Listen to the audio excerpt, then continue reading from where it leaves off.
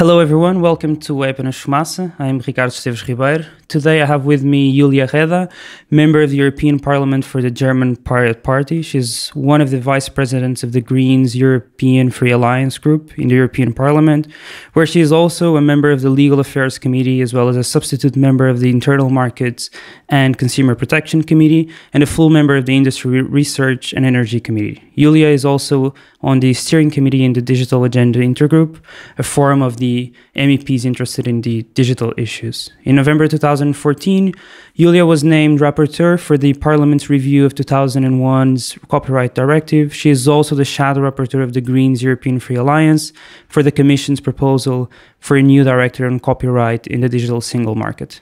Julia Reda, welcome to Apenas Fumaça. Hello, thanks for having me. In September 2016, the European Commission published a proposal for a new directive on copyright in the digital single market. The proposal opens with a section called Reasons for and Objectives of the Proposal, which reads, "The evolution of digital technologies has changed the way works and other protected subject matters are created, produced, distributed, and exploited. New uses have emerged, as well as new actors and new business models. In the digital environment, cross-border uses have also intensified, and new opportunities for consumers to access copyright-protected content have materialized. Even though the objectives and principles laid down by the EU copyright framework remain sound, there is a need to adapt it to these new realities." It's been 15 years since the last directive on copyright was approved in the European Union in 2001. At that time, there was no YouTube, no Facebook, no Twitter. Wikipedia has just started. It was founded in 2001. Do you agree with the European Commission that the new directive needs to be put in place? And we'll go to the directive in detail. Yes, definitely. I was actually advocating in my copyright report for a single European copyright law, because I do think it's a problem that we have different national laws in all 28 European countries, but people communicate over the internet and they don't really care or know whether the people they are communicating with are in the same country or a different one. So it's really impossible for people to be able to comply with these very complicated different national laws. So I think the basic idea behind the copyright reform was a good one, but unfortunately a lot of the proposals would actually make the problem worse. They would make copyright law even more complicated. We'll go into that. I want to go to your talk at the MIT Media Lab conference Defiance in July 2007. You said, "The member states have to pick and choose from a closed list of very narrowly defined copyright exceptions for purposes such as quotation or parody, and these exceptions are differently defined in the different member states. So that means that even if you follow the copyright law of your own country to the T, the moment you put something online, you can still get sued by somebody who has seen the artwork from a different European country because, of course, on the internet, we don't have these national borders." Can you explain this? Yeah, so if you take a very simple basic principle of copyright, such as the right to quotation, everybody agrees that it is necessary to be able to refer to somebody else's work without having to ask permission. Like, for example, if you're a researcher and you are writing about a work of art, you have to be able to quote from it. Or if you are doing a review, like, for example, of a book or a film, you have to be able to show some parts of it. But the actual national laws that define what is a quotation are really different from country to country. So, for example, in Germany, something like a meme is not a quotation because you have to be criticizing the work that you are quoting from. So even though, rights holders are not hurt by memes, like if I see 2 seconds of a film, this will not stop me from going to the movie. So I think it's a perfectly legitimate form of using somebody else's work. But in some countries, this would be considered a quotation. In other countries, it's not. And that is, I think, just too complicated for people to be able to deal with. And the result is that every single person breaks copyright law on a daily basis, because you would have to have a PhD in copyright law in all the different European countries to really know what you're allowed to do online and what not. Online content sharing service providers shall, in cooperation with right holders, take appropriate and proportionate measures to ensure the functioning of licensing agreement where concluded with right holders for the use of their works or other subject matter on those services. In the absence of license agreements with right holders, online content sharing service providers shall take, in cooperation with right holders, appropriate and proportionate measures leading to the non-availability on those services of works or other subject matters infringing copyrights or related rights with non-infringing works and other subject matter shall remain available. This is point 1 of Article 13, use of protected content by online content sharing service providers of the proposal for the directive, well, the reform that we've been talking about. What does all of this legal jargon written on Article 13 actually mean in practice? Yeah, I mean, I think the problem is pretty obvious. If you read this out, none of the listeners would actually understand what it means. And I think we should try to make laws that are actually clear. What it means, to my best understanding, is that online platforms where users can upload stuff themselves without it being moderated first, so things that become directly available as soon as somebody uploads it, there the platforms would be directly liable for the copyright infringements of their users, and they would have to ensure that no copyright infringement happens. And I can understand kind of the idea from the rights holders that they are very frustrated with the fact that users upload copyright infringing content to platforms. Like a music on YouTube, for example. Yeah, like music on YouTube, for example. And it's very difficult to get to the person who uploaded it. So of course, for the right holders, it would be a lot more convenient to be able to go to the platform and ask them to pay for it. And I think in some cases that can be justified. So for example, with YouTube and music, yes, YouTube is putting advertisement next to the music, they are monetizing it. So in that respect, it could be justified that they have to get a license. But the problem with this text is that it is not only applying to YouTube and music, but to almost all kinds of platforms, like for example, a dating platform like Tinder that is not exploiting photographers. I mean, it wants people to upload pictures of themselves that they took themselves. And it applies to all kinds of copyrighted content. So this puts platforms in a really impossible position where they have no choice but to check every single thing that users upload before it becomes available. And this is very dangerous and could lead to censorship, because the platforms will always be interested in following the law. So they will delete everything that could potentially infringe copyright. And because there are so many user uploads, they have to use automated filters to do so. And these filters completely ignore our right to quotation, our right to parody, or anything else that is enshrined in the copyright exception. You mean a filter that would allow them to understand even before something is actually uploaded, if that is a violation, right?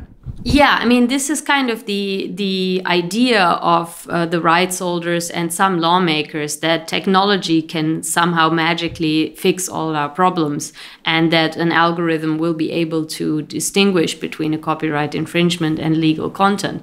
But in reality, such filters only exist for very specific types of content, like music, for example. But there is no filter that can, for example, detect every copyright infringement of a written text, including translations into other languages and so on. So first of all, these upload filters do not exist for a lot of types of content. And where they do exist, they regularly delete legal content because they are not very sophisticated. They delete everything that includes even short parts of a copyrighted work. But a lot of times this is actually legal because you're using the quotation exception or parody or other types of exceptions. And what happens today? What says that the directive that now is currently the one that's put in place? So currently there is a general directive called the e-commerce directive, which is not specific to copyright infringement, but it lays down the responsibilities of platforms with illegal content in general. And it says that platforms should not be liable for what their users do unless they actually know about it. So that means that in the case of copyright, if a right holder informs the platform, there is an upload of my material on the platform and the person who uploaded it did not license it, then the platform is required to remove it immediately. And if they don't do so, then they are liable. But what this would change would be that the platform is liable as soon as the copyright infringement happens. So it's as if the platform had committed the copyright infringement themselves. And that basically means that you cannot have free communication on this platform anymore. The platform will have to check and to pre-censor everything that users upload in order to protect themselves from being sued. In July, 146 organizations of the creative sector and media, including music industry giants like Impala or Warner Music Group or Sony Music and so many others, including journalists, associations and media conglomerates, signed an open letter to the MEPs, members of parliament, the European Parliament, which read, "We represent 4.5% of the EU GDP and 12 million European jobs. We are the heart and soul of Europe's plurality and rich identities. We need an internet that is fair and sustainable for all," calling the MEPs to vote in favor of the directive. Impala's executive chair, Ellen Smith, also commented, "We are confident that in September, the Parliament will reach a conclusion and secure a fair and sustainable internet." So it seems like your opposition wants a fair and sustainable internet, right?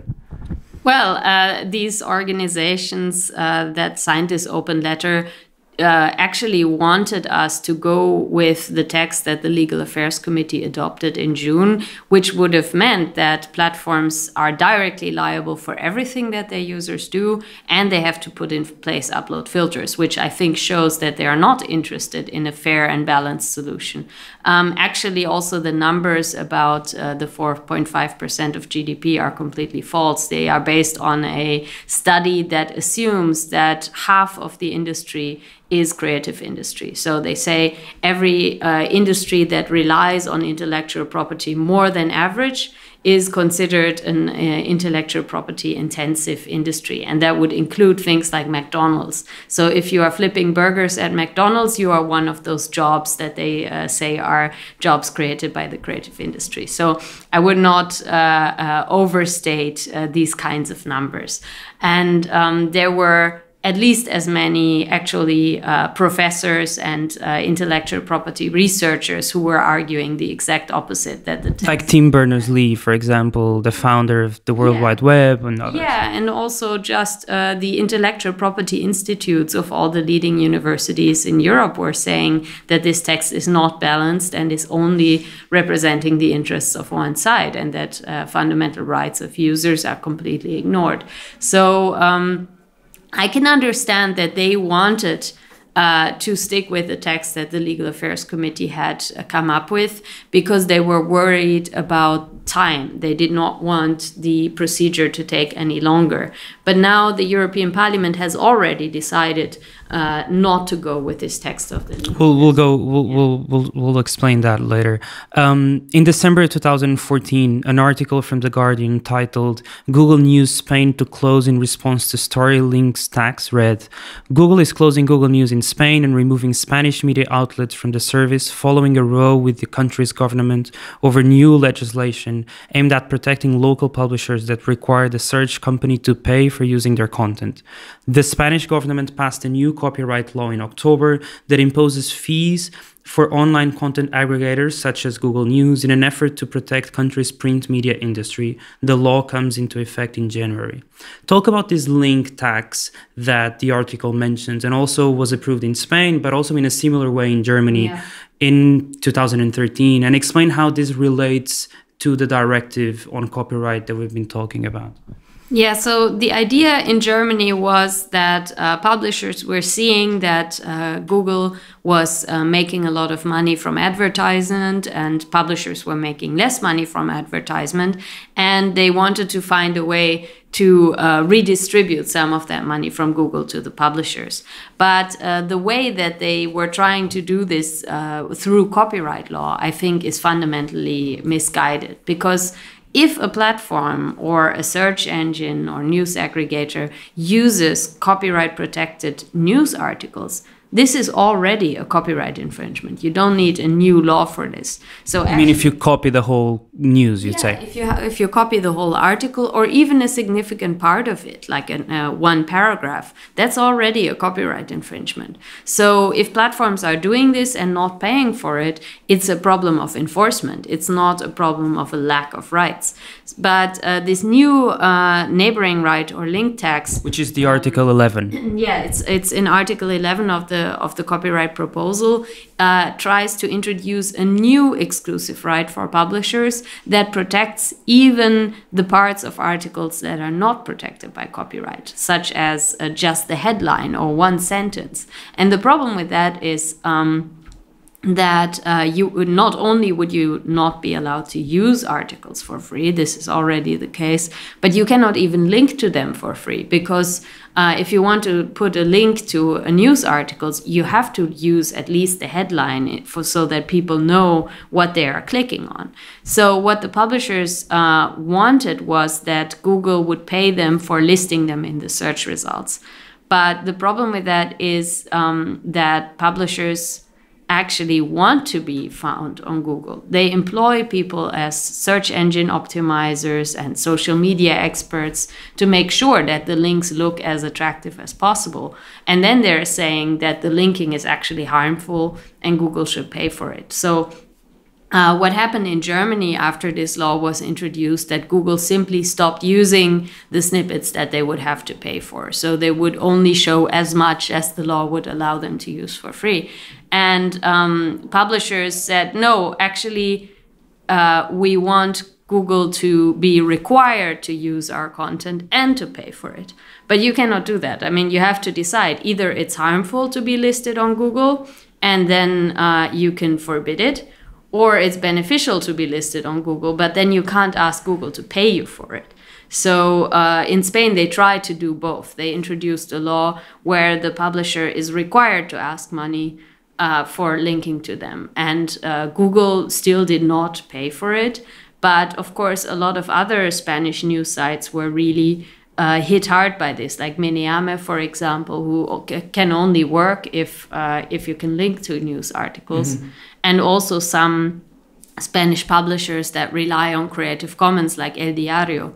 So this whole law just completely backfired because it completely ignores actually what the reasons for the problems of the news sector are. And I think they lie in advertisement and how the advertisement market has changed, and not in copyright. Like linking to news articles is not a problem for publishers. They actually want people to link to them. A study titled Strengthening the Position of Press Publishers and Authors and Performers in the Copyright Directive, which was commissioned by the European Parliament Policy Department for Citizens' Rights and Constitutional Affairs at the request of jury, that you were part of, write on their executive summary. The report concludes that there are real concerns surrounding the rather uncertain effects of the right, meaning the right that the Article 11 creates, and many of the problems facing press publishers can be resolved by a much less controversial intervention. We therefore approve the proposal made in the draft jury opinion, namely the press publishers' right be abandoned and replaced with a presumption that the press publishers are entitled to copyright use rights in the contents of their publications. Explain what this presumption means and if you're in favor of this. Yeah, I am in favor of the presumption rule as an alternative to the link tax, which would be beneficial to publishers but not cause any harm to linking and the freedom of communication on the internet. So as I said earlier, if you use a copyright protected article without paying for it, that's already a copyright infringement. So I'm not talking about linking to it, I'm talking about using it, like using a paragraph or something like this. But I can understand that for publishers, it's pretty difficult to actually go after websites that systematically take content from them, because usually they're not taking just one article, but they are taking hundreds of articles. And the publisher would then have to inform every single author of each of those articles, and then the author would have to go to court. And this is, of course, quite difficult to do, and most of the journalists do not have the resources to actually do that. So this presumption rule basically says that the publisher is the one who can sue and also who can issue a license to a website for the use of all the articles that were published in this newspaper. So this means the publisher no longer has to prove that they have received the exclusive right from every single journalist, but can basically sue the platform in their own right, or negotiate a license agreement with them that would cover all the articles that were published. So that means if Facebook or whichever platform is actually using articles and not paying for them, then the presumption rule would fix that. It would allow the publisher to do something about it. But if what the publishers want is actually not about using articles, it's about linking to them, then I have to say, I'm sorry, but linking is a fundamental principle of the internet. And if you don't want links to show up on Facebook or Google, you can technologically prevent that, but no publisher is ever going to do that because they actually want to be linked to. They just think that they can get their cake and eat it too, that basically they can be linked to and get money for it, which is a ridiculous proposal. On the 12th of September, the Parliament will again vote this proposal. Explain what happened on the 5th of July and also what will happen on the 12th next week. So we're recording this interview on the 3rd of September, Monday. And also explain the different stages that the proposal still needs to pass until it gets approved or not. Right. So with most pieces of European legislation, the European Parliament committee that is responsible for this proposal negotiates with the Council beforehand to try to find a deal that both sides are happy with, and then it's voted by the European Parliament and the Council, and it's adopted. This is kind of a fast-track procedure that is called a first reading agreement. But actually, the normal procedure for passing legislation is that the entire European Parliament gets to vote on its position. And so what happened in July was that the European Parliament decided not to allow the Legal Affairs Committee to go into these fast-track negotiations because the text that the Legal Affairs Committee adopted was not balanced enough. So that means a majority of the members of the European Parliament rejected this fast-track procedure and wants to have a full plenary debate and a possibility for Parliament to adopt amendments. And that's going to happen on the 12th of September. So we're going to have a debate probably on the day before, and all political groups can table amendments to the Commission text. We will vote on them, and this is the first reading of the European Parliament. So that means instead of having this fast-track procedure, we are going to vote on our Parliament position, and then after that we will start negotiations with the Council. You disclosed on Twitter on the 29th of August last week that a shadow meeting took place and that Axel Voss, the rapporteur for the Copyright Directive, who was elected also by the German people and that is part of the CDU, said that you could find a compromise. A shadow meeting is basically an informal discussion between the rapporteur and the shadow rapporteurs. What came out of that meeting, and is it actually possible to find a compromise before the 12th of September? I think the amendments need to be put forward by the 5th, I guess, the September, right? Yes, that's right. So during the shadow meeting, first of all, Mr. Voss said that he wanted to try to find a compromise. And what he said in that meeting was actually quite encouraging, namely that he wanted to change the text in a way that would not lead to automatic blocking of content. And I think that would have been a real step forward because, of course, one of the main kind of criticisms of the Article 13 is that content is blocked without a human being ever looking at it at all. And so there's no check for exceptions and limitations and whether a complaint is actually legitimate or not. So this is what he said he would do. But since then, we have actually received his new text. And if anything, it's worse than what we have seen before. On Friday also, Axel Voss tweeted, "The new proposal for #copyright directive does not foresee any measure/upload filter. Now I expect everyone who was against the previous proposal because of this to support the new proposal." But he didn't also make the new proposal public. Is this true? Is it true that the new proposal removes the needs for filters? Well, the new proposal actually requires filters, but it's a change that is really naive. He has simply deleted everything relating to how platforms should conform with the requirement to not have any copyright infringing material. But the basic principle is still there. The text still says that platforms are directly liable for every copyright infringement of their users, full stop. So it no longer tries to explain in any way how a platform is supposed to comply with this. But from a logical point of view, if you're a platform and you are directly liable for everything illegal that your users do, you have two options. Either you get a license from every single right holder who is protected in Europe, which is impossible because there are millions of them and there is no simple way to get a license for everything because there isn't a collecting society for every type of work. So this is not possible. And then the only other option that you have as a platform is to install filters to make sure that copyright infringing content does not show up in the first place. So just because he has deleted every mention of filters, there is still the problem that the platform has no other choice, because it's impossible to get a license for everything. So the only option a platform will have to protect themselves is to install filters for everything. Axel Voss didn't make this proposal of compromise public. Are you going to make this public? It was already published by Politico on this weekend, I think. So it's already public. Okay. After the vote on the 12th, a series of closed-door meetings between representatives of the Parliament, the Council of and the Commission, called trilogues, will take place. The goal is to basically get a final text that both the Council and the Parliament are happy with. What do you think will happen there? And how transparent are those meetings too? Well, generally, trilogue meetings are not transparent at all. So I will try to make sure that the public knows what is going on. But as a general principle, I think it's going to depend very much on what the Parliament will decide on the 12th.